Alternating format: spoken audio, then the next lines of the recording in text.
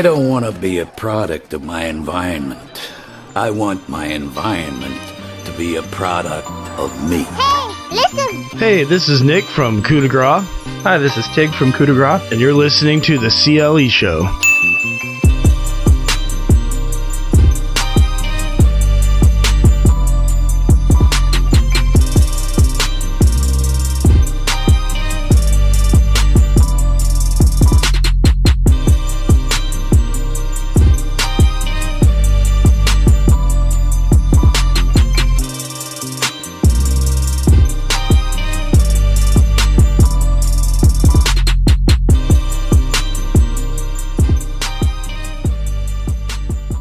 Welcome to the CLE Show, the only radio show all about our great city of Cleveland, Ohio. I'm your host, Mike Sandy, and I have the privilege of interviewing some of the best musical acts from Cleveland and our neighboring cities, bringing you footage from festivals, introducing you to the coolest business owners, and getting further acquainted with the land together.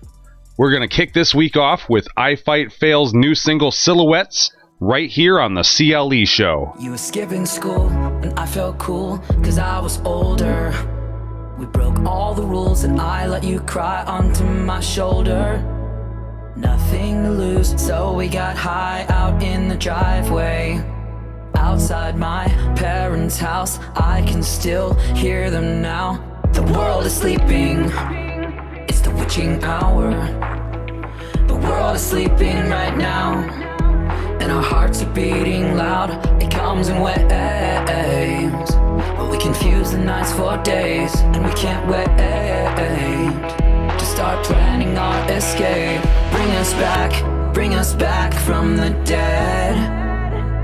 We're all lost in our heads. Bring us back from the dead. We are silhouettes. We are silhouettes.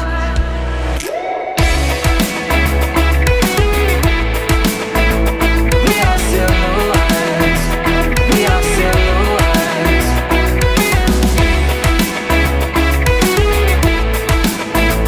We are silhouettes. We are silhouettes. We were kids ready to run, our hearts in ruins.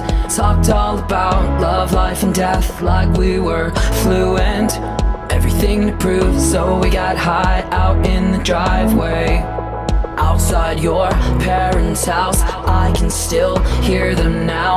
The world is sleeping, it's the witching hour.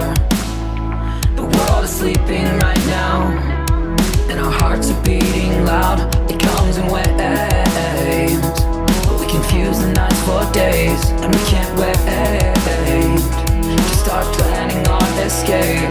Bring us back from the dead. We're all lost in our heads. Bring us back from the dead. We are silhouettes. We are silhouettes.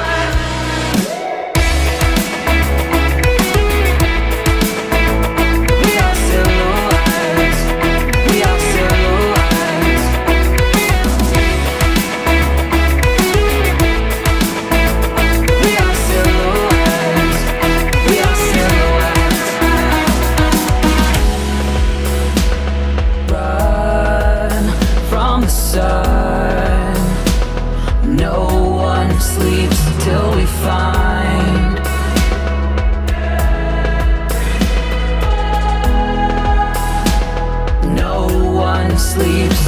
find.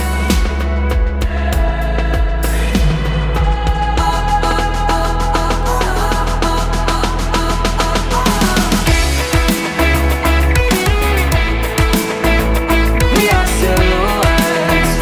We are silhouettes.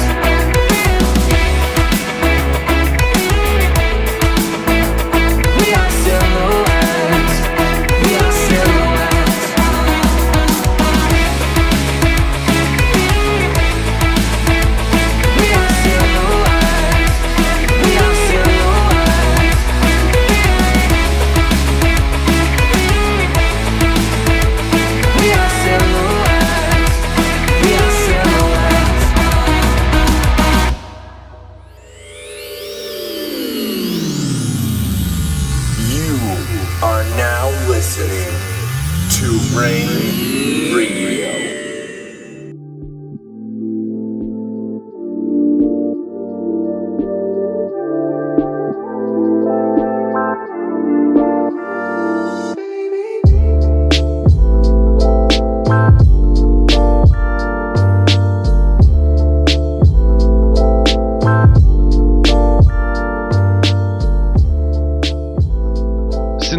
now been dubbed the trade happened, the Cavs are on fire with 4 straight wins since the unexplainable loss on the 6th to the Magic. We can only hope that they hold their momentum through the All-Star break for the next matchup Thursday night at 8 against the Wizards. For LeBron fans out there, he knew he wouldn't need to waive his no-trade clause.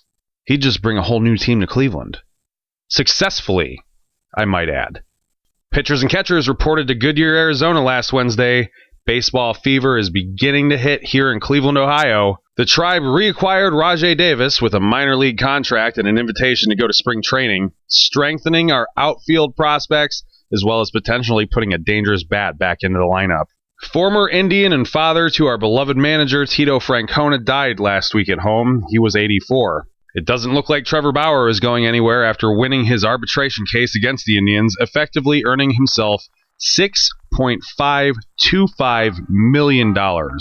No real word on the Browns and whether or not they're going to screw up this year's draft, but they should probably take a page from Dan Gilbert's book and just clean house. Ace and Michael McFarland are coming up. Right now I have Window Dogs with UFOs. You're listening to the CLE Show. First day out west, I was homesick. Last lost, but never found myself too close to the moment. Hoping to open, slow into glowing. Dark places where we don't know what's below end. I was never meant for Earth. The truth hurts when you work just to quench your thirst. And I've learned through burns and made wrong turns down roads so cold, thought it'd never get worse. Maybe we're smaller than we realized. Maybe just a pupil in a giant's eye. Would you be surprised if you lived your life bow down, busy playing up to satellites? Medicate till you drift away from the pain that you feel as you lie awake in this bed where your head turns to recreate the meaningful love and the reasons for hate. If you think there's something out there, sorry, I believe in you.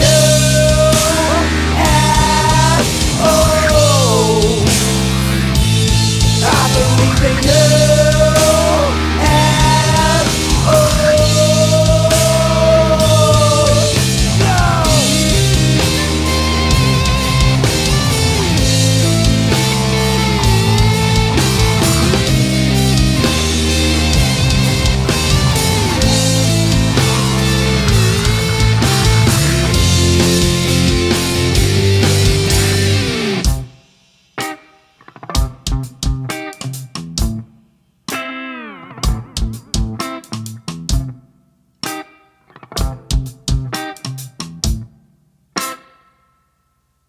Last time I checked, I was human. Cause it's been a few weeks since I blacked out staring at the moon and woke up lost in the woods of the nude, surrounded by bodies that feed and shoot. Do you ever get the feeling that you've never been alone? That your life is just a live recording like a true show, where the time moves slow when you watch something grow, but it's really moving faster than you ever gonna know. Skin wrapped skeletons, here for the hell of it, packing up the planet in a box trying to sell it quick. Heaven is irrelevant, from most to try to get happy, just basking in this upper intelligence. I point my eyes to the sky, days dripping wet from the light. Time's never been on my side. Throw your hands in the night, wait to be identified. I got a testing, possible warning. I believe in you. S-O. I believe in you.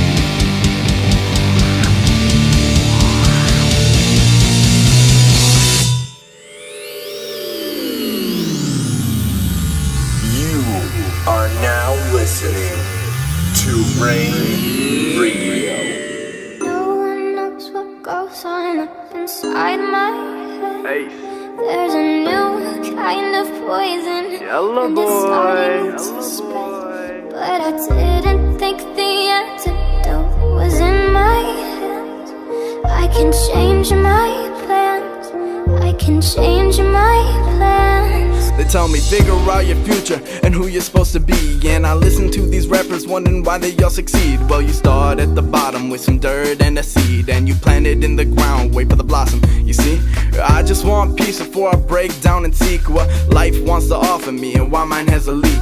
I can't think straight, my stomach's uneasy, thinking about some shit that wouldn't please me. I'm always doing wrong, so it's hard to make it right. Soon I'll grow old and never teach my son to ride a bike, never take him to the beach to fly a kite. And if I have a girl, the tea would be adequate, never being negative but always elegant. I can't say I'm heaven sent cause I can't see the future, but my sins they hold a rumor to the man who will take me sooner. Should I stoop down to the level of my accuser? I mean that's all I am, right? A loser. No one knows what goes on up inside my head. There's a new kind of poison and it's starting to spread, but I didn't think the antidote was in my hands. I can change my plans, I can change my plans. You act like you can't stand it, you act like it ain't true. You act like friends you have are really friends with you. You just want an end that you can't seem to find. Send your soul searching day and night, hoping you'll be fine. You thought the love was true, you thought you had a chance, but when God reached out to you, you looked and told him I'm a man. It's not me complaining, nah, it's just who I am. I try so hard for nothing and they don't give a damn. So now I'm searching for an answer no one seems to have.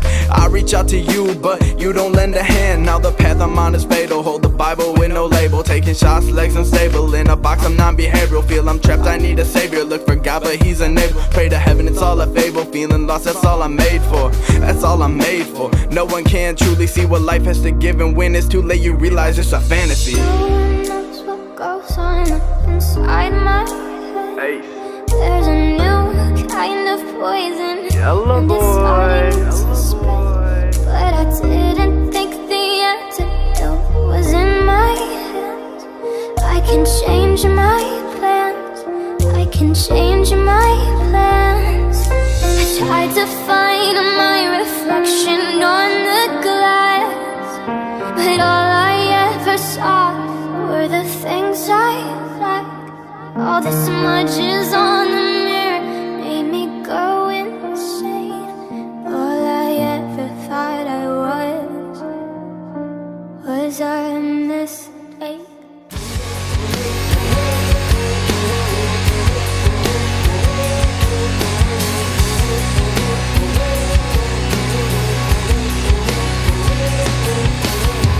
Broken nose and a broken promise. Your smirk says I'm your new accomplice. So let's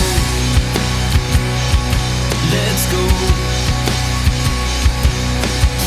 and take a breath if we're being honest. I want a life that's a work in progress still,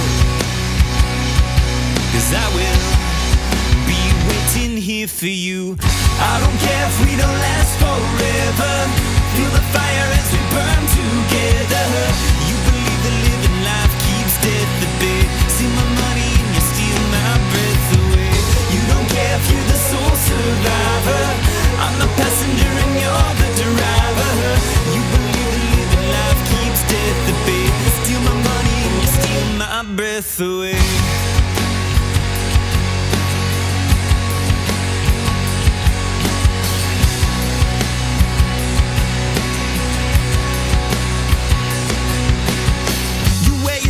Like a suit of armor, a bloody lip like a badge of honor. How hurts to watch it swell.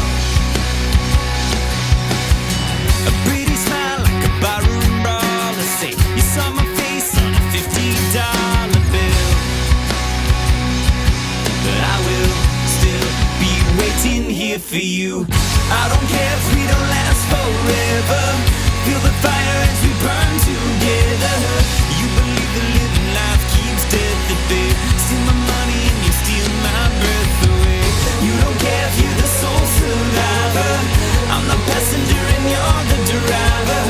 You believe the living life keeps death at bay. Steal my money and you steal my breath away. In the wreckage is the rest of me, but now I know I didn't make this mess, you see, but still I want a life that's a work in progress. I want a life that's a work in progress. Standing in the wreckage of the rest of me, but now I know I didn't make this mess, you see, but still I want a life that's a work in progress.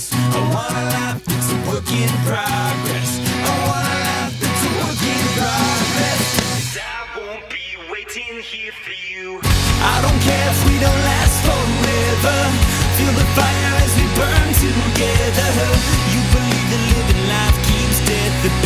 steal my money and you steal my breath away. You don't care if you're the sole survivor. I'm the passenger and you're the driver. You believe that living life keeps death at bay. Steal my money and you steal my breath away. I don't care if we don't last forever. Feel the fire as we burn together. You believe that living life keeps death at bay. Steal my money and you steal my breath away. You don't care if you're the sole survivor. I'm the passenger and you're the driver. You believe that living life keeps death at bay. Steal my money and you steal my breath away. Steal my breath away. Steal my breath away. Steal my breath away. Steal my breath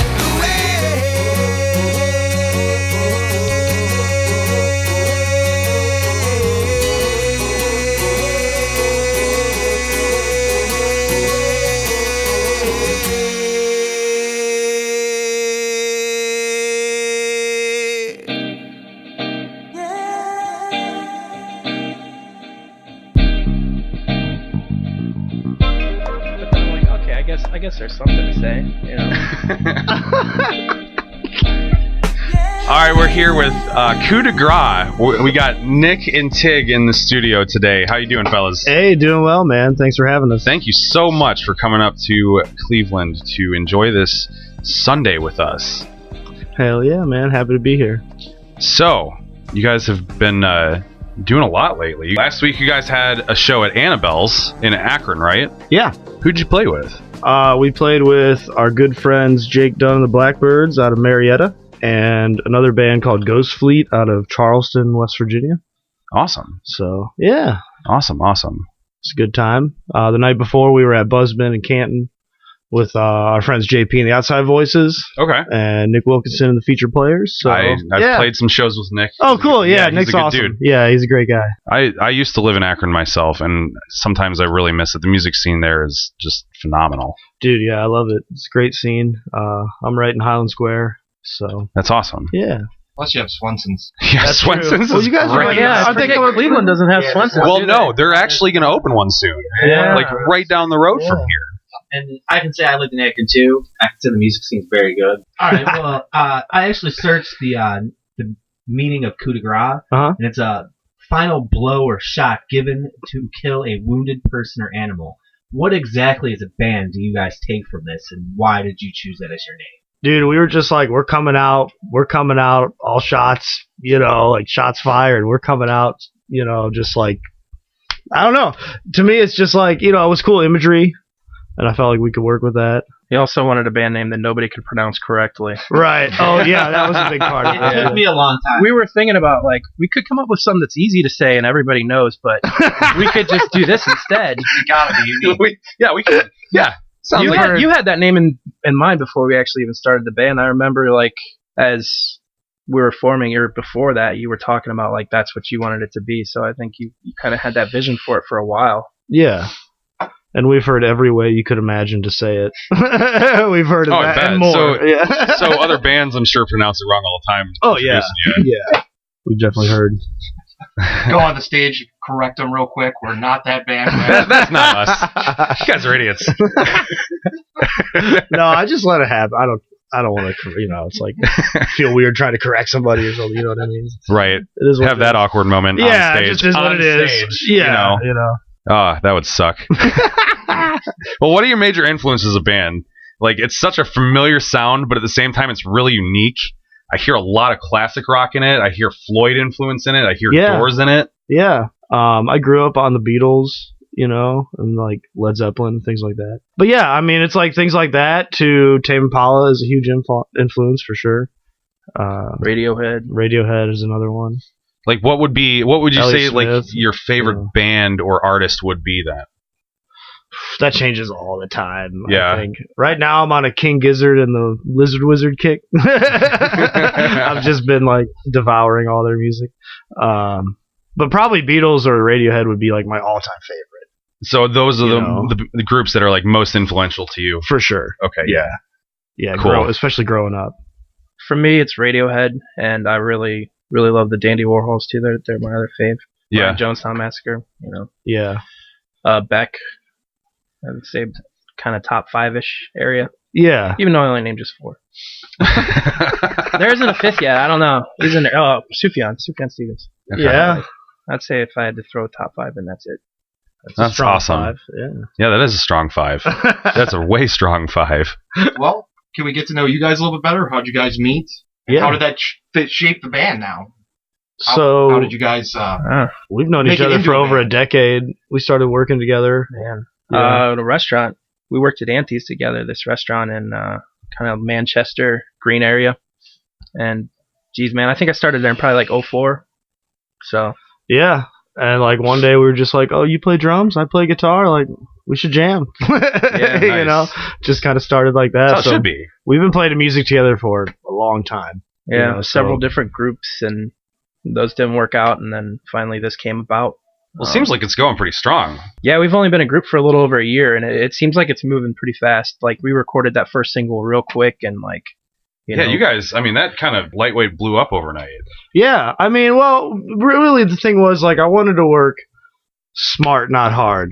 Right? Like I've done it like before, you know. You're pounding your head against the wall. Yeah. Not knowing what to do next. So like we hit the studio and rehearsed for like 6 months before we ever played a show. Like Yeah. the single was recorded and ready to be released from the first show. Nice. So like you could pull it up immediately if you dug it. You know what I Right. mean? Like so that was kind of the mindset. I can relate because I've been in plenty of bands where we just like, you know, practiced a few times. We're like, all right, cool. Let's go play at Annabelle's. Right. You know, see and what that's people cool, think. Yeah, but it's like cool. But we if were you want trying to like, to do it different, you know. right? If you want to advance, you know, with a purpose, you gotta be prepared for it. Right. That's cool that you guys actually like came out of the gate, you know, headstrong and full of the confidence that you need, you know, to push it forward. Yeah, that was definitely the idea. When we first started out, it was like we were just getting together and jamming and rehearsing for these open mic nights, because I used to work at the Harbor. I'm a chef, and they had open mic nights there. So basically, we just were like, let's try those out. And we were like, he had all your like under 21 friends come out, and just play for like 2-3 hours, just make up on the spot, and like, you know, covers and a few originals, and that's kind of where it all started, was that. And we had a couple other friends with us, and like several different bands after that. And now here we are. That's awesome. Yeah. Sounds cool. It's kind of like it funneled down. Like you finally just sifted through all the extra crap and you found where you're supposed to be. Because you guys really do. You guys, said it, not me. I mean, I think you guys have a really good dynamic. Thanks, man. Yeah, I appreciate that. Yeah, we met our bassist, Doug, about, I want to say probably about 6 years ago, and it just clicked. The timing was right this time. Yeah, we when I started to form this, it was like, all right, well, I definitely want to play with Tig on drums. And, you know, Doug was always somebody that I knew was awesome, but never got to play with. And it just kind of clicked when we started. So Tig and I already clicked, so I know that was going to work, you know. Right. I knew we gelled, you know, and then Doug just kind of filled it in. That's yeah, awesome. he fit in right away, man. Like, pretty much off the rip, Doug was on. You just picked it right up. Mm-hmm. That's yeah, awesome. he totally got it. It makes the transition easier. Yeah. Yep. Yeah, for sure. And it makes you want to progress more together, wanting to be together. You guys actually enjoy doing it together, so that makes it even better. Oh, Right. yeah. If you're not having fun. Yeah. So you know guys, what I mean? you guys Like- write all your music together? Yeah, pretty much. That's awesome. When this started, like I had a couple ideas that I like brought to the, you know, like here, this is kind of where I have these songs at, you know, Right. come up with something cool, you know, let's see what happens, type of thing, you know. All right. Well, if you had to pick one thing you're most proud of, what would that be as a band? I mean, I would say the album, just because like to actually go in and spend the time to like really critique the songs and the tones, and like it just, I'm really happy with how it came out.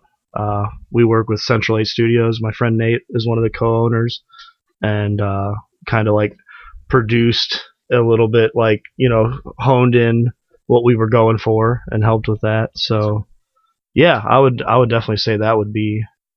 And the stuff we're working on now, the recordings we're currently working on, like I can't wait for those to be finished, because I feel like that's going to be even better.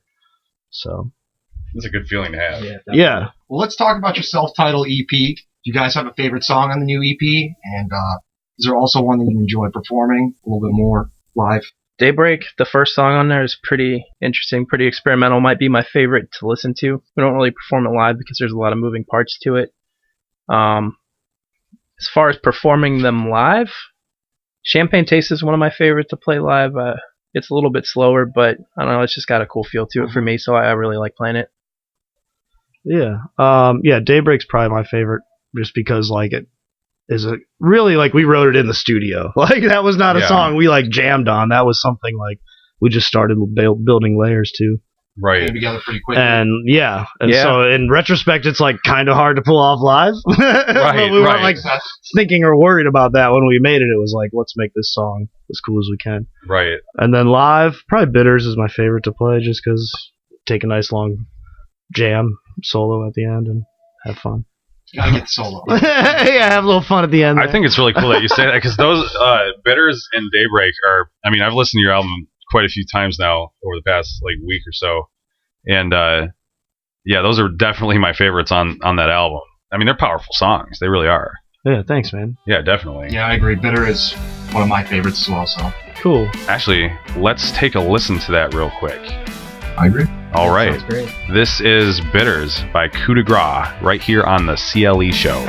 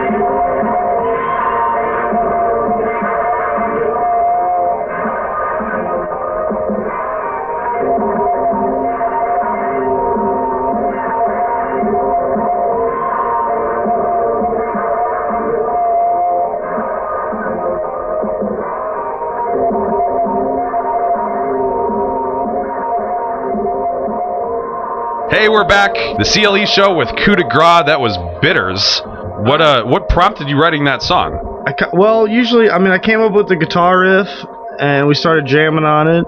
You know, lyrically, it's kind of like just about believing in yourself.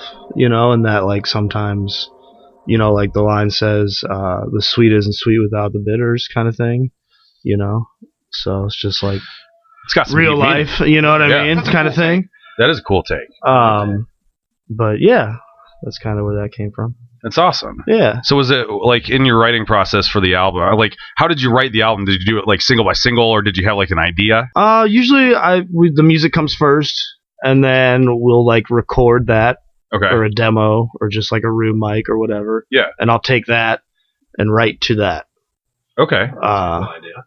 Because like otherwise, like if I write with my guitar in my hand, I just end up like singing what I'm playing. I don't know. Like I just feel jamming like I on could the do same stuff over and over. Yeah, like I want to feel inspired. Like so, I just kind of wait till I feel inspired and you know, like listen writer's to it on block headphones. is an actual thing, especially with musicians. Oh yeah. Like people think that's a crap theory that writer's block exists. It's not. Like I've gone months where I couldn't think of a new idea, and then all of a sudden I write 6 songs that were like I've never even thought of before. It's funny how that works, right? But it's true. Yeah, yeah. It's insane. You've also said it's not true for everybody, and I know that for a fact. No, it's not true. I used to work with a musician that just pumps out song after song after song. Oh, there's definitely people like that. Desk and he can just write a song instead of somebody else. Oh yeah. Our guest on next week's show is Steve Wright, and he actually will sit at a desk with the intent of writing music.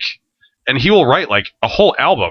That's awesome. I wouldn't be able to do that. I would just that is like that. I mean, going through chords on his. I mean, it's incredible. That's cool, man. But yeah, it's really cool to like hear everybody else's ways of writing because everybody has their own little quirks. It's kind of similar from case to case, but yeah, you know, you always have the stuff that kind of sets them apart from everybody else. For sure. So I really like, you know, the way that you're writing your music. It's definitely a different take on it, I think. Yeah, I mean, it's just what works for me. You know, right. I don't know. Like, I don't have all the answers. Right. It works for me. I don't. You just want to feel inspired. You know what I mean? Well, another little question after that one. Do you ever write songs that you know are never going to see the light of day, or that you're not satisfied with completely? Oh, I mean, you're definitely your toughest critic. You know, and there's definitely things that we sit on. So yeah, absolutely. You just keep working on them, maybe. Yeah, or come back to it every once in a while. Be like, oh yeah, there's that. I still don't know what to do with that. If you come back to it with like a fresh set of eyes, like that's true too. It's just fresh ears. Yeah, it's just the best. Probably a way to approach something that's kind of stagnant.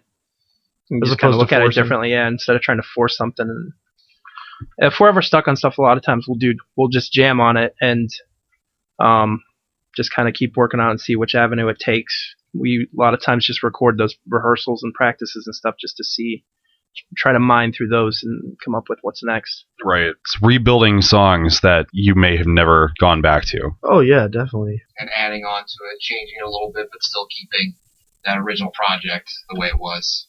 Just making it better. Yeah. It's a process. Mm-hmm. There's layers. Just like a chef. No. Well, we are here in the studio with Coup de Grace. We have Nick and Tig with us. You guys have any crazy tour or show stories over your entire careers? Like, what's the craziest thing that's ever happened to you at a show? Oh man, I don't know what's You probably got some stuff from being in Oliver Hall. I don't really have much off the top of my head right now. That Scully's show we played was crazy though, in Columbus. Yeah, we played this art slam thing at Scully's, which is like a pretty sweet stage and venue. Like it's pretty dope. And they had like a bunch of painters and stuff, and one of the other bands like canceled last minute, and so they were like, well, is there any way you guys can like do 2 sets? And like we're brand new at this point, like we're like, oh yeah, we totally do, you know, just you know, fake it till you make it type thing. And then and it was great. Oh sorry. No, you're good.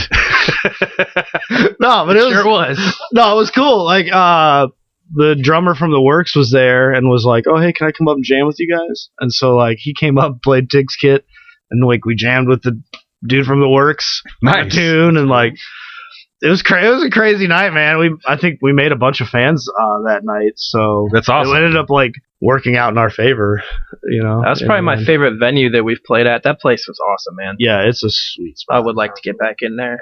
Yeah, it's cool. It seems to be one of the coolest things about the music industry. Everybody's willingness to just get on stage together, just jam it out, and just see what comes of it.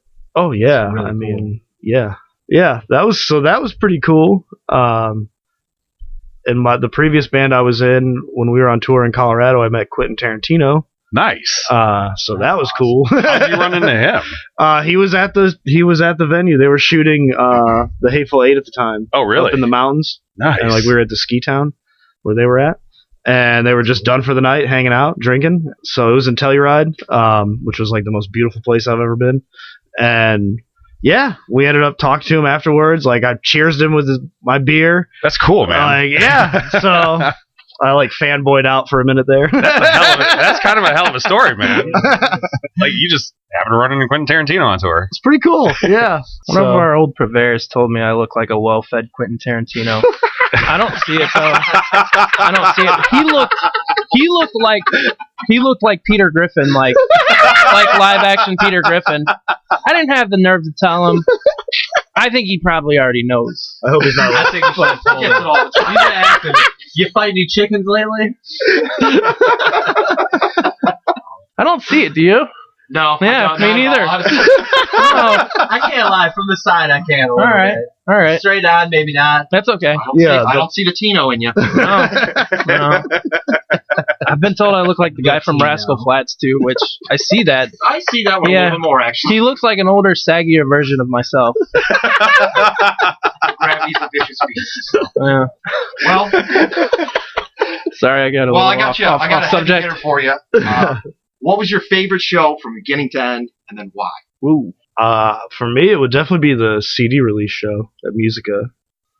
It's a great venue. You took it. Mine. Is a great venue. I took it. Well, I mean, why not? You know, that's the one. That's the one that we like really put all the like a lot of effort into. We had the cool lights for it, and Musica is a great venue because the sound is always so clean there. Oh yeah. And every show I've gone to, even the shows that I've played there, it's fantastic. You can actually hear yourself on stage. Yeah, that's huge. Being able to hear your voice, like you know, like that's So that we wanted to do it there because of that. That's a great spot to have it. Yeah, definitely not a huge venue, but it's definitely central to everybody. Yeah, exactly. It really is. Whether you're coming from Canton or Cleveland, especially being an Akron band, and I mean, you want to come out strong. Yeah, the way you guys did come out, there's no better venue in Akron to do it.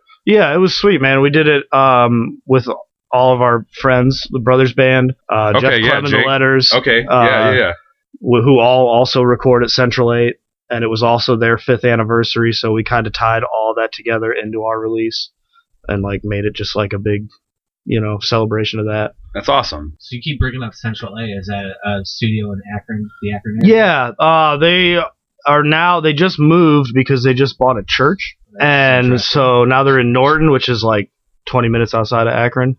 But like we record in this huge, massive like main hall of this church now. Like the drums just sound incredible. Yeah. And like I can turn my guitar up as loud as I want. It's just like, it's really cool. They got a really sweet setup now. And like B rooms and, smaller spots for bands to rehearse. It's just, they're doing a cool thing, and they're our homies. So yeah. Cool.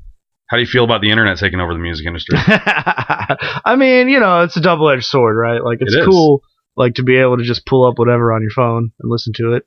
And that's great exposure, but at the same time, like, no one's getting rich off it. Yeah, exactly. Yeah.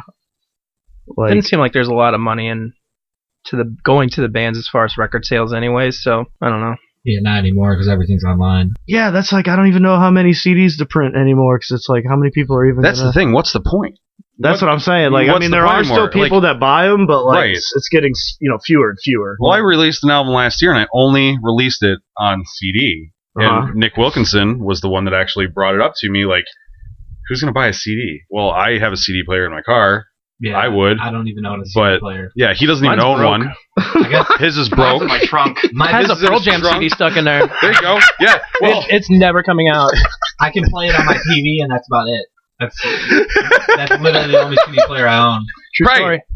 I mean, it's such a dead media anymore. It's true, man. So it's like, yeah, it's weird. it's to the a point weird where world. record stores are actually getting rid of CDs and buying and starting to sell vinyl again. Yeah, I saw Best Buy is like Right. doing that too. Oh yeah, I heard Best Buy is no longer. No more CDs for Best Buy. Right. Even a couple But they're going years to carry. ago, they had a They'll probably tiny carry vinyl section, though. like, But I'm sure yeah, they will. but it's so expensive to print vinyl. Right.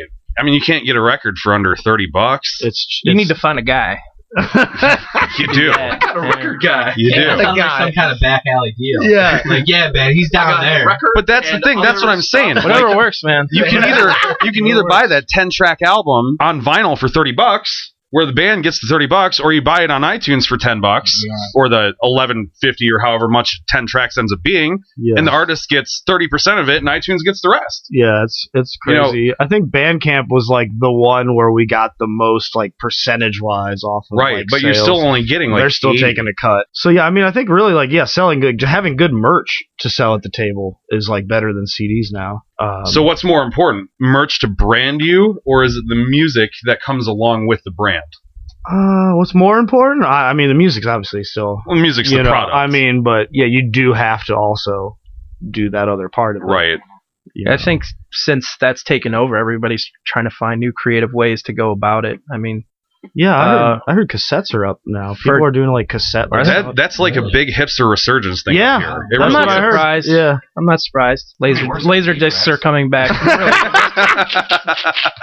Well, they'll start to realize it's horrible when the tape starts pulling out. And they're like, oh my god, that was my Where is favorite my number 2 pencil? Yeah, what's a number 2 pencil? What's a number 2 pencil? Remember Right. auto Phone reverse? doesn't have a number 2 pencil. Is this stylus number 2? Do you remember auto reverse, like for the tape players? You just play and then it just flips automatically. Yeah. I don't remember Those were that. Yeah. Those were in the fancy cars. Yeah. Wow. Those came in the Lincolns. I had a 5-disc changer. I still have my 5-disc changer. It's in the basement where we play pool. It still works. It still works. Well, I think disc 3 might be some out. hipster soon. Maybe. You might need to, yeah. That's a Pearl Jam. Oh, that's good. That's solid. Good work. Oh, Thanks for that. no problem, man. Always here to help. So we're going to play Daybreak here by Coup de Grace. We have Nick and Tig in the studio with us. You are listening to the CLE Show on Rain Radio.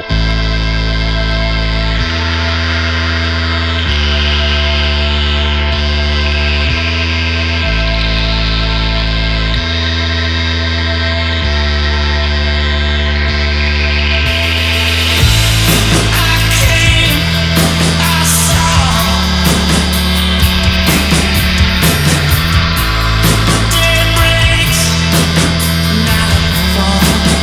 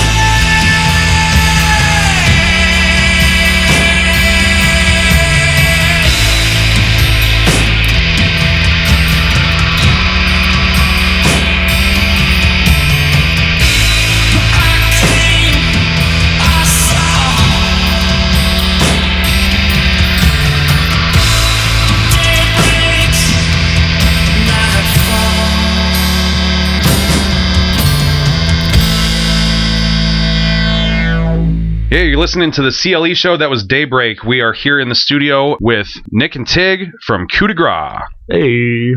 All right, I recently listened to the remix you have of Friendly Tiger by John Soros. Yeah. Do you have any plans to do more like this in the future?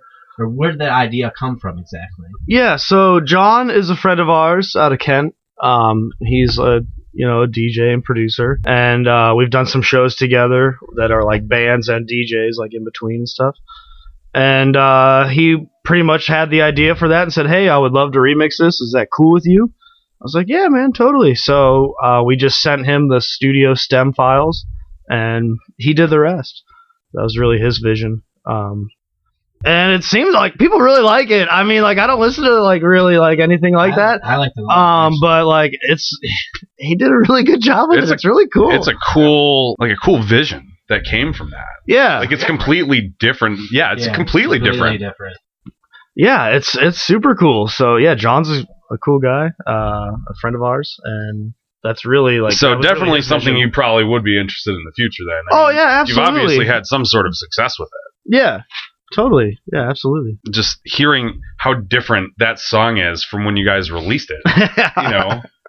It's insane. Yeah, and then it was like a whole process to get it on Spotify, like a ton of like going back and forth. Like, because all the royalty fees. Yeah, it was hilarious. Like how much. I didn't know it was on Spotify till I went to our page the one time, and then I was like, "Whoa!" I was like, "They just added that." I didn't know that it was up there. That's actually where I found it. Cool.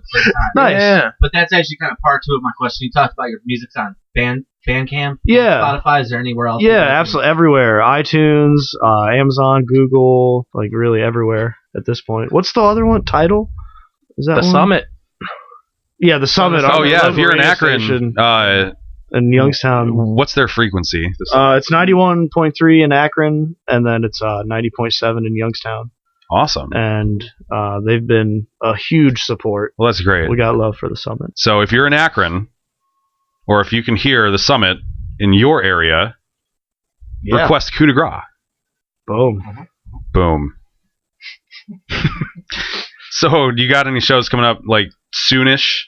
Yeah, we just announced a big Lakewood show here at the Winchester. Okay. Yeah, we're gonna be Friday, April 6th. We're gonna be at the Winchester with Yosemite and Subterranean out of Dayton. That's gonna be a great show. Yeah, it's gonna be really awesome. We're calling it Wonka's Winchester Fest. We're doing like a Willy Wonka and candy theme. We're gonna do like a gift certificate giveaway with like a golden ticket from like a local candy company. And our friend Eddie with Scudda Productions is going to come out and do projections during our set. So it's going to be... What's that? Eddie Bixenstein? Yeah. Yeah? Yeah. That should be pretty cool, though. He did our music video. He's the one that... He came out for our CD release, so we try to have him out whenever we can. Hell yeah. And yeah, it's going to be a fun night, man. Yeah, it sounds like it's going to be a good night. Yeah, it's going to be cool. All right, what night and time did you say that was? So that's Friday, April 6th at 9 p.m. It's $10 at the Winchester. That's in Lakewood, Ohio. Yeah. Are you guys selling advance tickets right now? Yeah, I'm supposed to get pre-sale tickets here soon. Okay. Hit them up on their Facebook page. Yeah, absolutely. What's that again? At Coup de Grace Band for all social media and all that good stuff. It's always nice when you were able to get the same thing for all of them. Yeah. Because I've had bands where there's like 4 different things for every different social media. That'd be a nightmare. Yeah. Imagine all the passwords you have to remember. Oh my God. See, I'm bad at that. My password is the same thing for everything. Well, thank you for letting us know that we can You're break welcome. into any of your accounts. Now you know. You heard it here first, folks. Exclusive. You guys working on any festivals this summer? Yeah, we're going to be announcing some big festivals here soon. So stay tuned for that. All right, we'll keep an eye on that Facebook page then. Right now, but yeah, absolutely. We're playing Tangiers on March 9th with Acoustic Hookah. Yes. Yeah. Yep. Oh, that's gonna be a great show too. Definitely. Yeah. I'm stoked to play Tangiers. That's gonna be cool. That's awesome. That's like a historic. You know how many times Eddie Money's played there? How many? A lot. A lot. I swear, every time I drive by in like March or sometimes October or pretty much any time, they're like Eddie Money. At Tangiers. He's got 2 tickets to Paradise, but he keeps coming back to Akron, Ohio. Maybe you cashed him in already. Yeah. Wow. Oh, yeah. So I seen you guys have played at Nelson's. How'd that? Yeah. Oh man, that Did was you enjoy great. that? Oh yeah, absolutely. I've played there a bunch of times. My old band that I was in. It's really cool. It's just a cool spot, man. I mean, you know, everybody's just hanging out. There's people on the beach. You know, like I wouldn't know. yeah, Tig did not play That was that. that was our first show, and I missed it. Yeah. we were lined up. We were ready to play, and then they moved us. They moved our slot forward, and I had to work that day. And they're like, "Hey, we just moved the time slot forward." And I'm like, "Ooh, I don't know. It's a Saturday. That's kind of like, you know, go time in restaurants." So I was unable to make that happen. They had a guy fill in. It was pretty good, yeah. But it wasn't. So it wasn't really officially the first show until. It was not the Tiggle Man. Yeah. Tiggle Man. Oh yeah, that's my last name. Oh. So, yeah. Yeah. Yep. Nice Tig. Real name's David. We're going backwards with my name. Yeah, I see that. Yeah. Really Yeah. progressing. Well, it's nice to different finally names. meet you, David. Yes, David. Nobody really calls me that. Yeah. Right. Exactly. We started with the abbreviations, the full name, Yeah. to back to my first name is. And we're back to square one. Yeah. We started at square four first. Yeah. Well, hey, I kind of wanted to get you guys' opinion while you're up here because you guys are from our, you're our neighbors to the south. Yeah. And you have a vested interest, I'm sure, in the sporting events that happen in our city. Yeah. What do you think about the Wahoo thing? Oh, I mean, Too soon. I've always just been a fan of the Cleveland Sea. You know, the Wahoo's As I can see from your hat. right. Yeah. So I don't know. You know, I get it. If people don't like it, that's cool. I don't really have like a strong opinion. You know what I mean? I kind of have it's the like, same stance. It's not really my call. Like, right. Why not change it? That's cool too. I just think it's something that's historically the Indians, that has been the Indians for sure. And I get that too. About 30 that is years the they've argument. been using a logo similar to that. Not exactly that, but they've been using that for about 30 years, I'd say. Yeah. And it's just kind of horrible that they're just going to tell them no more, that you can't have that, or you've got to redesign it, or use just the C now. So what are we now, the Cleveland Seas? I'm going to get a billboard right across the stadium, slap a huge Chief Wahoo right there, and just leave it there for the end of time. Good luck. You can take it off there. You can't take it off there. See, I'm completely indifferent about it. If it offends people, cool. Don't buy it. Don't participate in the actions that, you know, it's a part of, I guess. Yeah. But I don't want people to feel excluded, you know. So it's kind of like that line where you don't want to offend people, which is why I'm indifferent on it. I don't care. If they want to take it away, take it away. If they want to put the block C on the hat, cool. If they want to do the feather C, I still think that's kind of like hypocritical because it's the same damn thing. So I would advise against that, Cleveland, if you have ideas of putting a feather C on hats. Yeah. It's the same goddamn thing. I just wanted to be good. I do too. If we could just get past round one of the playoffs this next year, I will be happy. Right. Oh man, I was so happy to see the Yankees go down this last year. Right. I mean, that was my passion in this last year's postseason. Yeah. So if we can get past round one and just hopefully all together just keep the Yankees out this year, that'd be fantastic. Yeah, I know as great as the streak was. I know it came too early, they streak too. You got a streak in April, or I mean in October. You know, we got way too tired from that streak. Yeah, there was too much pressure. There was too much pressure. They buckled. They could not handle it. You can only play that kind of consistently great baseball. You get 22 wins in a row, okay, right before the playoffs, where you need your 22 wins in a row. Correct. Right. You burned out. Right. And that's what happened. Yeah. I don't even think of it like that, but yeah, that's a good point. You know, there was too much pressure for them to keep on winning. They went a month without losing. A month. Yeah, pretty crazy. Yeah. You know, that's all. I mean, yeah, it's a month because they get like 6 days off a month. Something like that. Yeah, that's terrible. It's a long season. Oh, don't feel bad for those guys. No, I'm not. Yeah, I don't feel bad for them. Oh yeah, they're playing a damn game for a living. But you know they felt literally. Yeah, for sure. But yeah, that's my take on it. That's funny because you got Chief Wahoos all over. I do, but you know what? I do see a few here. There are Wahoos all over my studio, but this is just stuff that I've collected over the years. It's like your hunting room. Yeah, this is. Have all the Wahoo animals heads on and the Yes, all my Wahoos mounted on the wall. I went out and I got all my Wahoos, Yeah, I cut them that on my unicorn's head off and I put him on that. stuffed them, and I stuck them on the wall. I see no Cavs memorabilia. Are you We a have Cavs Cavs guy? shot glasses here. Oh yeah, all right. All right. There we go. The trade, yay, nay. I'm into it. I think it's a good, Yeah, you'll have to good listen to the switch. sports report. We had an infectious locker room. We had to get rid of somebody. Yeah. Yeah, there's more that was going on that, Oh, yeah. that they weren't talking There's about. a lot For that sure. the general media and public are not going to know just because they don't want you to, and that's just how it is. Yeah. But they're still going to try to find it out and give you all this extra angles of he's going to do this or they're going to do that.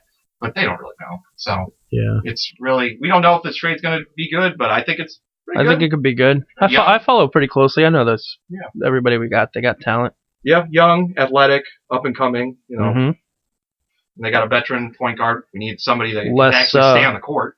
Yeah. Less turnovers for LeBron with him at the point, I think. Yeah, he needs the ball. But that's just it. So, what do you think? Is there a chance for a playoff run? I think so. I think they're gonna make the championship. LeBron always has that extra gear that people forget about, and right around this time every year, everybody panics, and then I'm like, calm down, it's fine. It's the regular every season. year. Calm down, it's Bron. There's 82 games. You know, the media, they love to blow everything out of proportion. Correct. And it's just Oh, how it yeah. is. They need a story every day. There's Have so you many listened to 92.3 The Fan? No. God, they're like anti-Cavs right now. Oh. It's horrible. I was trying to capitalize on that whole how bad their defense was because I play FanDuel every night, so I was just playing whoever was playing against the Cavs. I was like, all right, that was your team. We're starting this guy and this guy. I hit a little winning streak there this year. I've won about $200 this year with that strategy in place. Tig's got a gambling problem. I'm I also like No, he likes to. Yeah, yeah. I had a FanDuel and poker, and poker, yeah. I don't gamble on pool anymore. Not since the old pool injury. That sounds like a story that I The old really pull want to injury. do. The old pull injury. I'm not Now, gonna tug okay. at it. I'll make No, you've piqued my interest. He might not want to hear, but I do. I'll make it quick.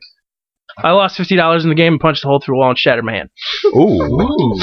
That is okay. Yeah. That's the way you get a pull injury. I found the stud. I pulled it out, and you know, like in cartoons when there's like when something gets smashed and it turns into an accordion. That was my hand. I pulled it out, and it was just like I could like hear the noise and everything. It was terrible. I'm going to advise you not to play pool I played. This was like 15 years ago, so I'm good. Okay, all right. They say that I will have arthritis, you know, soon enough, but I don't use my hands as a chef or a drummer, so it's fine.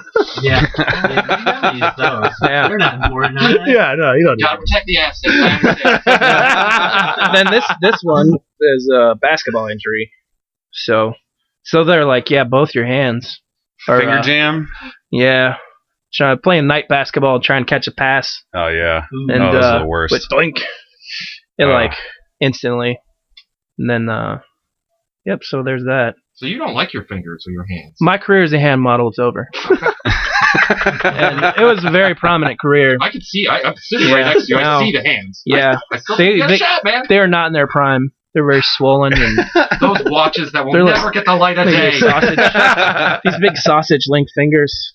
They're very short and stubby. You went and blew it. LeBron James hand modeling career. Hope you're happy with yourself. Hey, at least they can still pick up a beer mug. They could. I don't drink a lot of beer. Not a beer I'm drinker. a liquor guy. I'm also a liquor guy. Yeah, Will's also Beer's a liquor not- guy. Too slow. It's too slow. Yeah, when I get out of work, it's like you play catch up. You know, you get out of work late, and it's like, how do we get there quicker? Everybody's already drunk, and so you're trying to catch them. It's a terrible mistake. I'm aware of it. Half a bottle of JMO. Yeah, That's right. That's how you get there. I'm a coffee drinker now. I don't drink at all anymore. Yeah, Dale is a born again sober. Oh yeah. There's always a story behind, like a pretty solid story behind those. Oh, Maybe for another day, right? Yeah, it's long and sad. What's as cool as your pool story? No, not at all. I like your pool story. It was a good one. Yeah, I'm okay with it now. Yeah, you got to grow. Yeah. It just grows funny now. My hand grows funny. It's regenerating sideways. What the hell? We'll get you some stem cell. We'll take that thing back to normal. In no time. All right, so if you check out our Facebook page after the show, you can see Coup de Grace with their acoustic performance in the studio. Check it out after the show at facebook.com/the CLE Show. Thank you guys so much for coming out. Yeah, thanks for having us. This is Coup de Grace, Nick and Tig. We'd love to have you back sometime. Anytime. Yeah, this was fun, man. Yeah, absolutely. Not a bad way to spend the Sunday. Sundays are great for being lazy and being on the radio. I hate working Sundays. Hate it. Well. The less I do the Sunday, is the better. The I less also have hate to working do. Mondays, so I don't know where it starts. I also hate working Tuesday through Friday. See, I don't mind working. I don't like working at all anymore. It's the worst. I used to wake up and dread it every day, but I don't mind it anymore. I've actually got Because you don't have to wake up in the morning. That's true. When I say morning, I don't set my alarm. I never got used to that. If I wake up by 1 p.m., it's fine. I always do wake up before then. See, my alarm clock goes off like 14 times from like 6 to 7:30. I've heard it, and it's like the loudspeaker next to your bed almost. And I usually sleep through it. I slept through mine today. Nick woke me up at like 12 something, and I was like, he's like, I'm on my way, and I'm like, I should probably get dressed and stuff. Yeah, that's why I called. People cram some food into my face. I know my Tig. Yeah, we were out late last night after bedtime. Yeah, we were here until past our bedtime. Yep, like 2 or 3 in the morning, I think. Yeah, it was really It was late. almost 3 because I remember the parking ban. So we left at like 2:30, 2:45. It was a scientific meeting. We were putting Science. together. We were doing sciencey things. We were putting these on glue paper. Yeah, and, we were Yeah. beating a pair of queens with a pair of aces last night. Damn it! I don't want to talk about that. was awesome. I don't want to talk about that, Dale. And then, actually, I think it was 3 queens, and then the third Because we ace both popped had out. Pocket. I had pocket aces. I had He pocket had queens. queens. The queen popped up on the turn, and then on the river the ace popped up and you got me. Just a minute. Ouch! Ouch! I mean, dude, I was all in. I'm like, this is mine. I have 3 ladies, man. Right. Where am I going wrong? Right, exactly. I'm all in. I saw that And he queen, got I me. could have been so. Where's the bad beat? Mad. That ace came out. I was like, whoa. Yeah. I couldn't believe it. Man, I was pissed. Yeah. I was screaming. My neighbors woke up. The FBI came. I went to jail. Fur fly And then made it back just in time. Made it back just in time for Coup de Grace. Yeah. All right, guys. Thank you so much for coming out. You want to plug your websites real quick? Yeah, absolutely. We are at Coup de Grace Band for all Facebook, Instagram, Spotify, all that good stuff. Awesome. Yeah. Thank you guys so much. You are listening to the CLE Show on Rain Radio. We'll be right back. Hang on. Rain clothing, always looking fly, always got an alibi, always high, and I'm always shooting for that motherfucking sky. Always drunk, black jeans, rain clothing, rolling around, Goodyear Heights, Cutlass Supreme. Hey, it's Mike. As a part of Facebook's new birthday fundraising campaign, I'm raising funds to donate to Race to Erase MS to celebrate my 30th. Race to Erase MS is dedicated to the treatment and ultimate cure of multiple sclerosis. Funding research is the core focus of the foundation, and all funds raised support the Center Without Walls program, a network of the nation's top MS research centers. I'll have my fundraiser open through the entire month of February, so make sure to stop by the CLE Show page, hit the pinned link at the top of the page, and donate to a great cause. To find out more about Race to Erase MS, visit erasems.org. You are now listening to Rain Radio.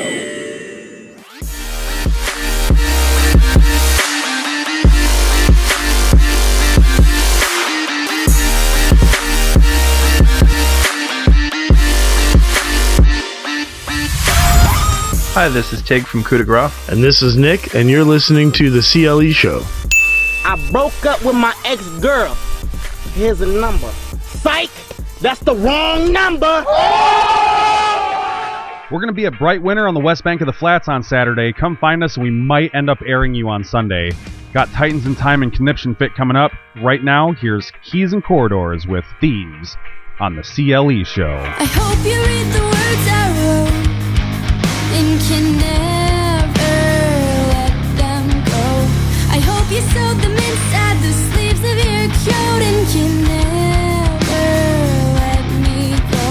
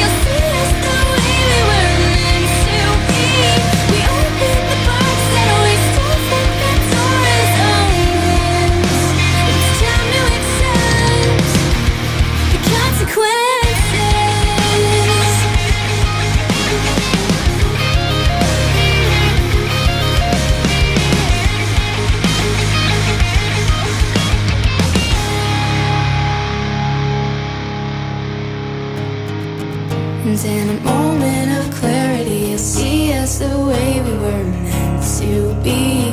We opened the box that we stole from Pandora's own hands.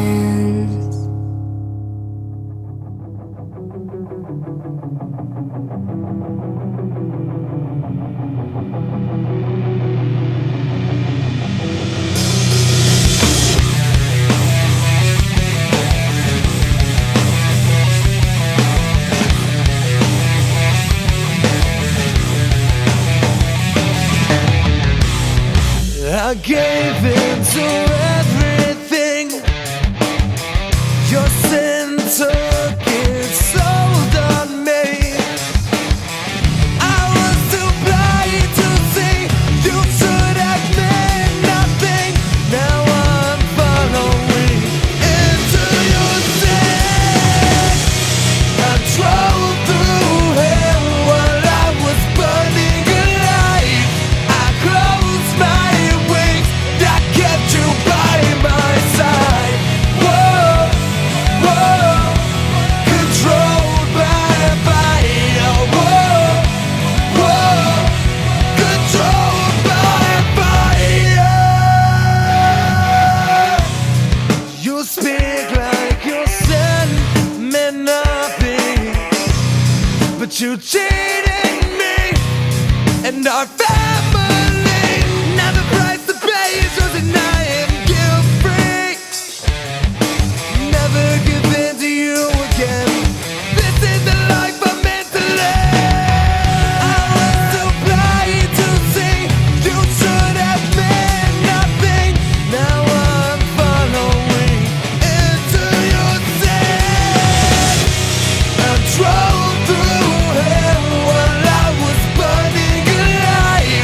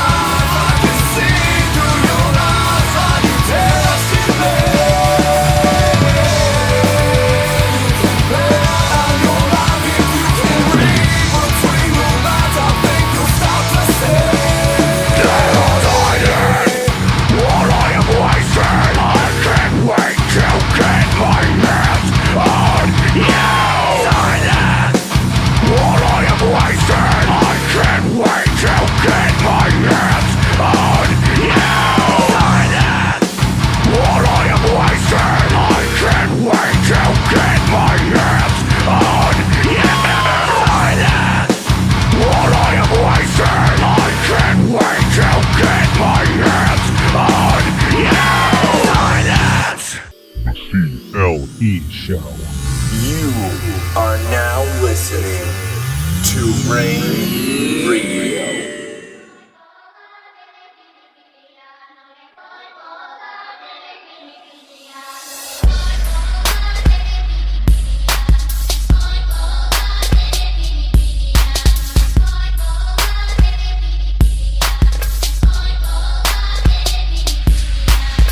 I'm here with Dan Merrick. He is a, well, where are you originally from? I guess you could say Cleveland.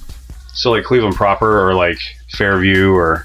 Like, born in Cleveland, raised in more so Cleveland and Parma. But I moved around. I mean, like, probably when I was 8 years old when I left and just started moving around almost every year after that.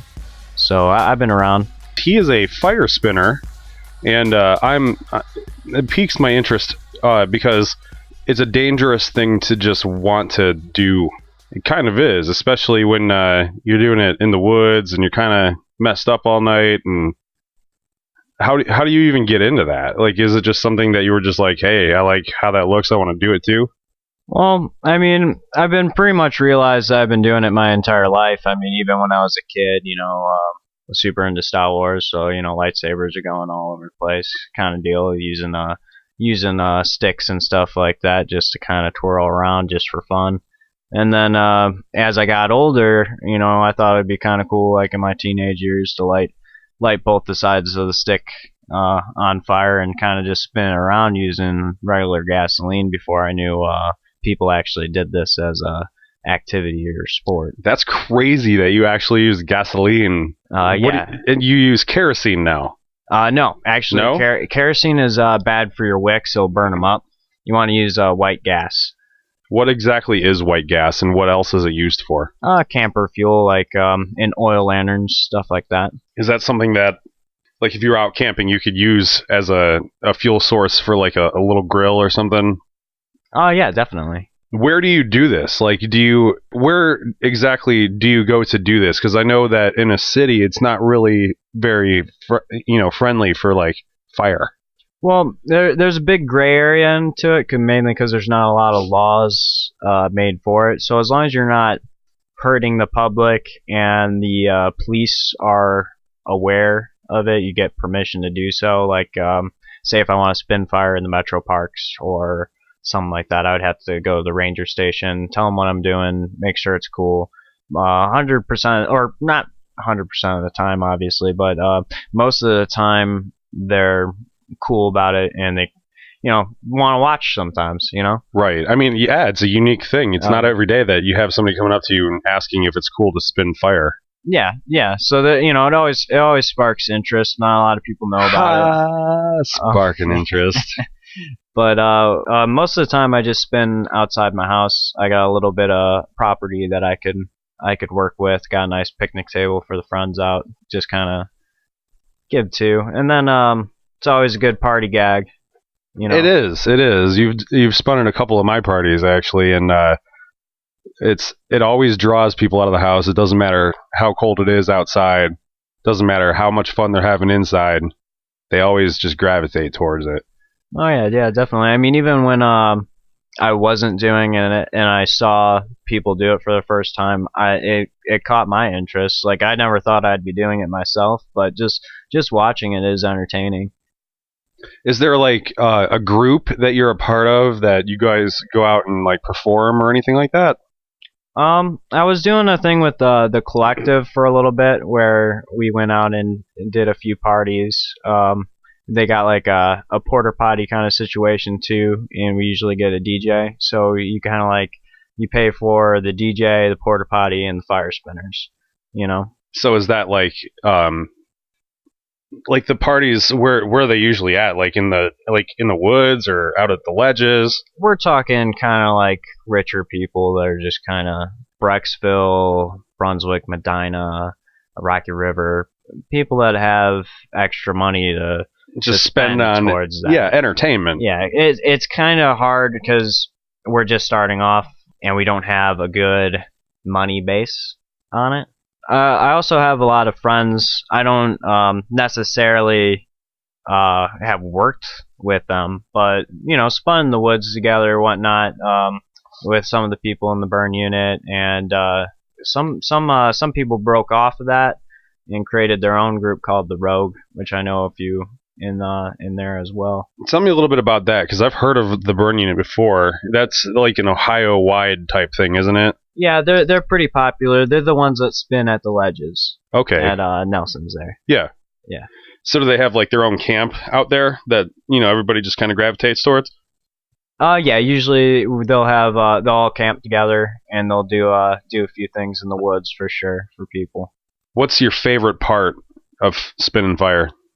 It's just freeing, man. It's like it's another form of expressing someone. It's an art. It's like just the same reason you like playing guitar, man. Right.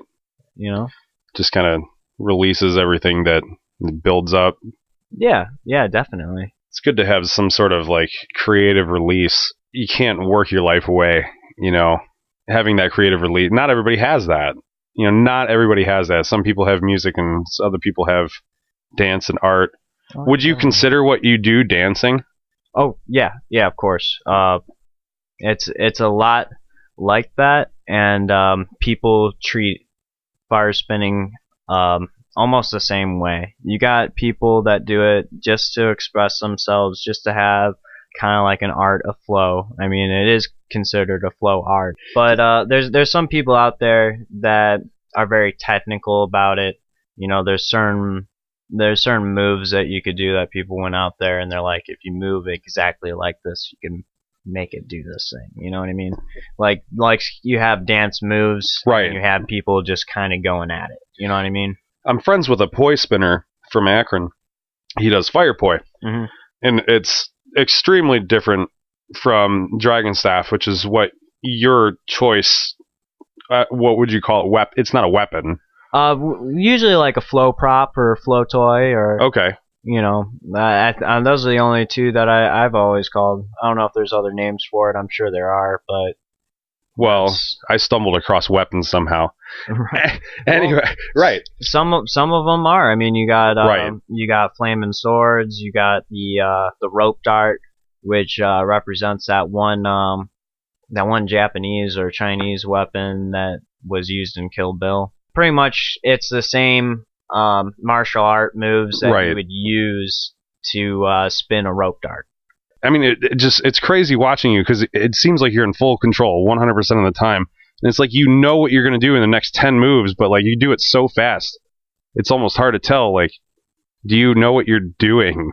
Like, do you calculate all that as you're going, or do you have something that like you have pre-set up? I mean, all right.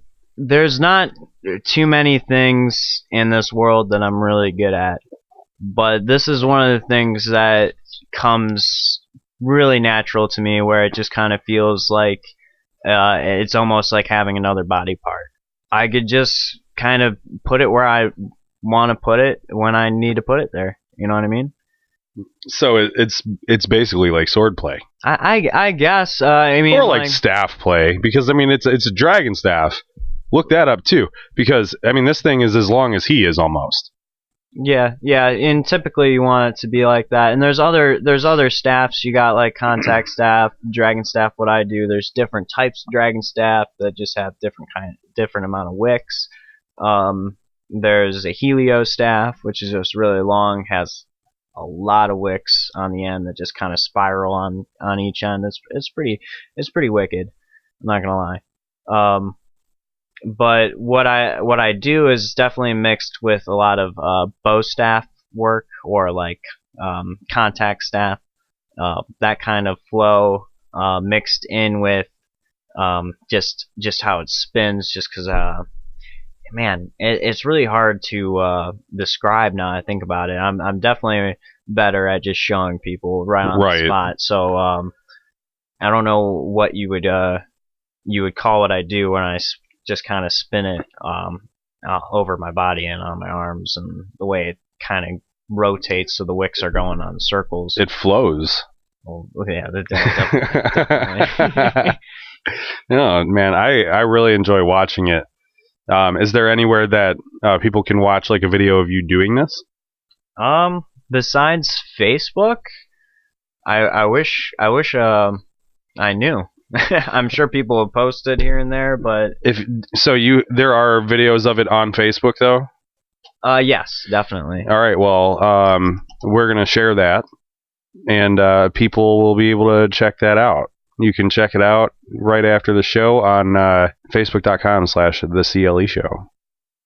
Yeah, and you could you kind of see my progress too with it. I have beginning videos when I first started off, when I was just doing contact staff, which is a little bit different. And then you could kind of see how I went about getting my dragon staff, because there's a video of me doing it the first day I tried it, and then till not too recently. I mean, like about a month ago is probably the last video I made, and I definitely increased in progress.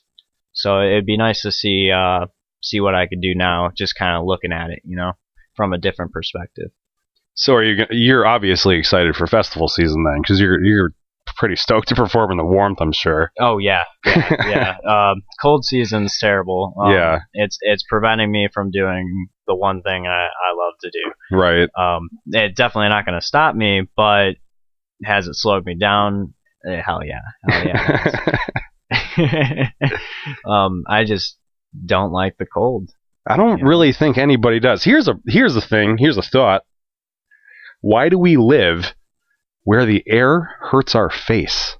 Well, if we're gonna go there, I just, this part of Ohio I've been in for so long, everything's so close, and I've traveled a lot, and I don't think people appreciate like how much is around us, how much there is to actually do. Oh, there's tons of stuff to do. Oh, yeah. It sucks for like 4 months, at least 4 months out of the year. Oh yeah, definitely. That's definitely a huge blow. Like, if we live somewhere warmer though, this would be the ideal place to live, in my opinion.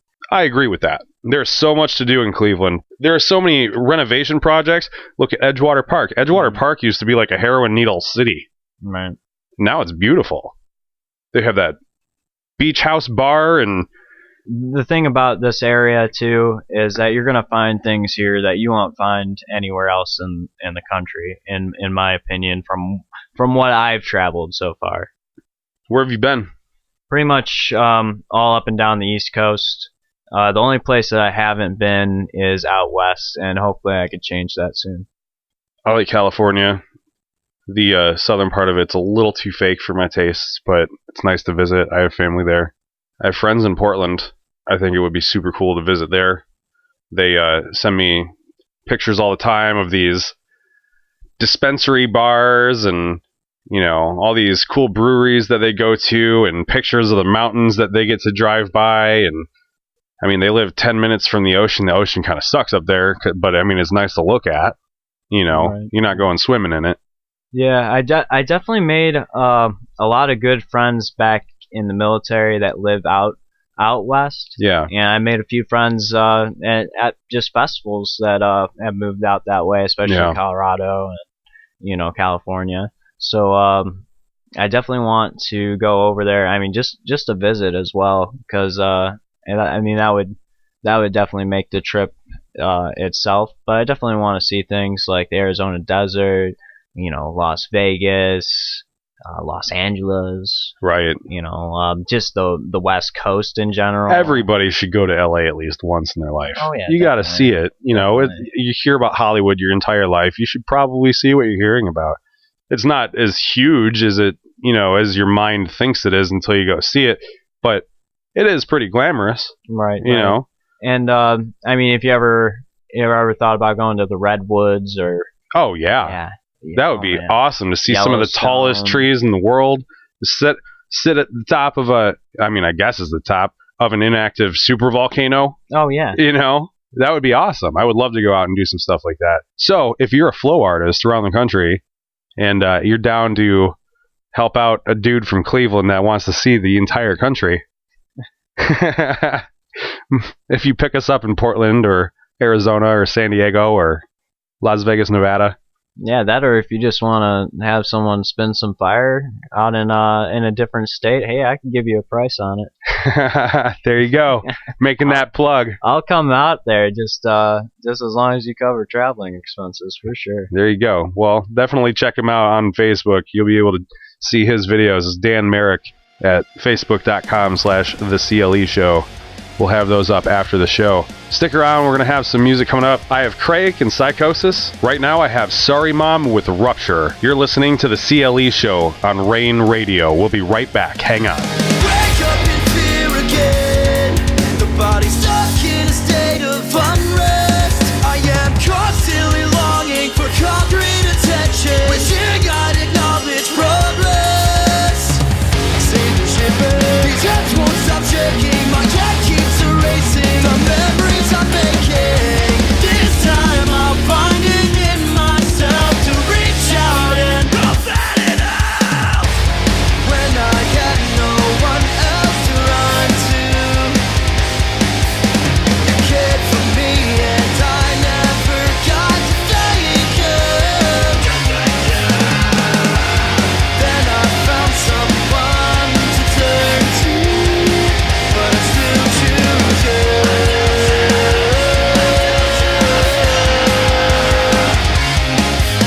Explain yourself, godless. My actions are selfish. I'm nothing but a body in the way. I've been sitting so broken, bothered and frightened, existing to only be thrown away. I pulled the trigger. These hands won't stop shaking. I'm not sure I'm feeling anymore. This time I'll find it in myself to reach out and rough at it out. When I had no one else to run to, you cared for me and I never got to thank you. Then I found someone to turn to, but I still choose you.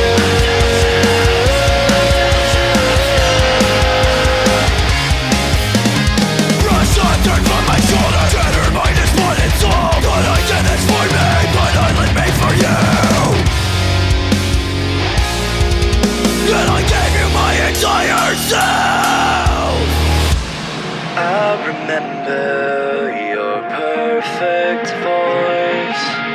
I won't forget that sound. Oh no, I won't forget that sound. I won't forget that sound.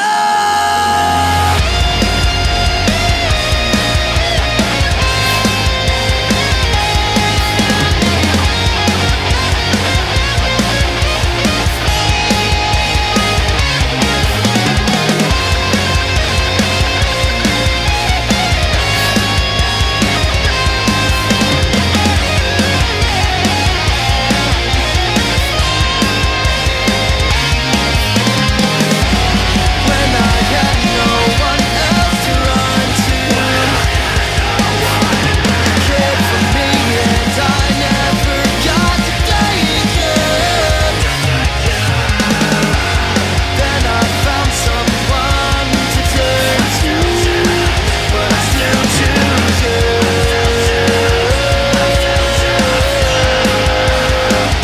But don't go you. Rain clothing, always looking fly, always got an alibi, always high, and I'm always shooting for that motherfucking sky. Always drunk, black jeans, rain clothing, rolling around, Goodyear Heights, Cutlass Supreme. Looking to find a better source for your morning pickup? Beetle Coffee offers you a solid source for the Java in your cup. The individual care from the single origin source and roasting delivers the freshness to you. To find all the awesome coffee choices made just for you, visit www.ambitocoffeeroasters.com. While there, enter promo code CLE Show for a listener exclusive 10% off to try this awesome Cleveland-based coffee company. Hey, this is Mike from the CLE Show. You can check out our show right here on Rain Radio every Sunday at 1 p.m. Eastern Time. You are now listening to Rain Radio.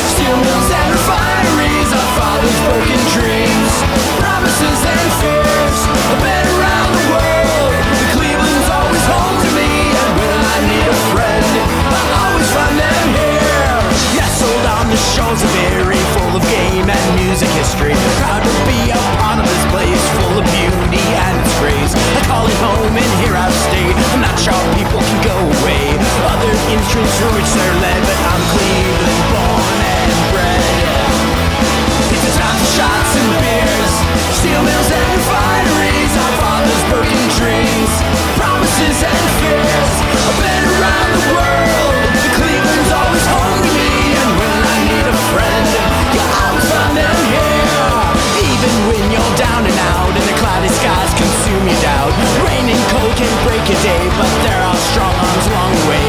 People can have a seat. You're better off here than across the street. Kick up your shoes and put up your feet and listen to the band. It's time for shots and beers, steel mills and refineries, our fathers' broken dreams, promises and fears. I've been around the world, but Cleveland's always home to me. And when I need a friend, I always find them here.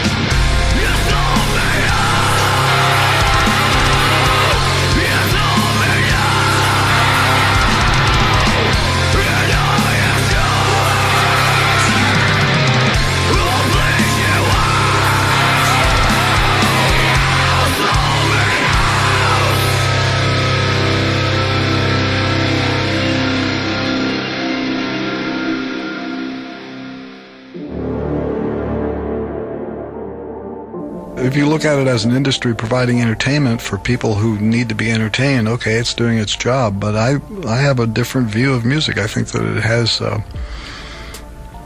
an aesthetic importance that goes beyond chart placement. Tell me, before I do some damage, you won't walk away from. No, God! No, God, please, no! No! No! No!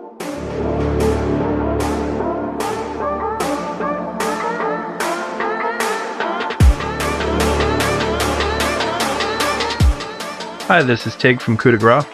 And this is Nick, and you're listening to the CLE Show.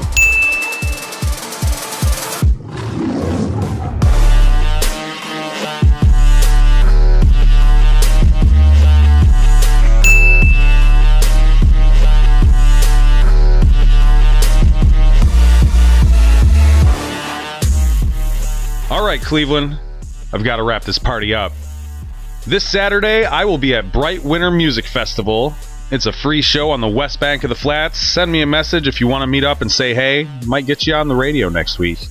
Speaking of next week my guest is Steve Wright. He's a multi-instrumentalist and rock songwriter from Cleveland. Spoiler alert, he officiated my wedding ceremony. He's a man of many talents.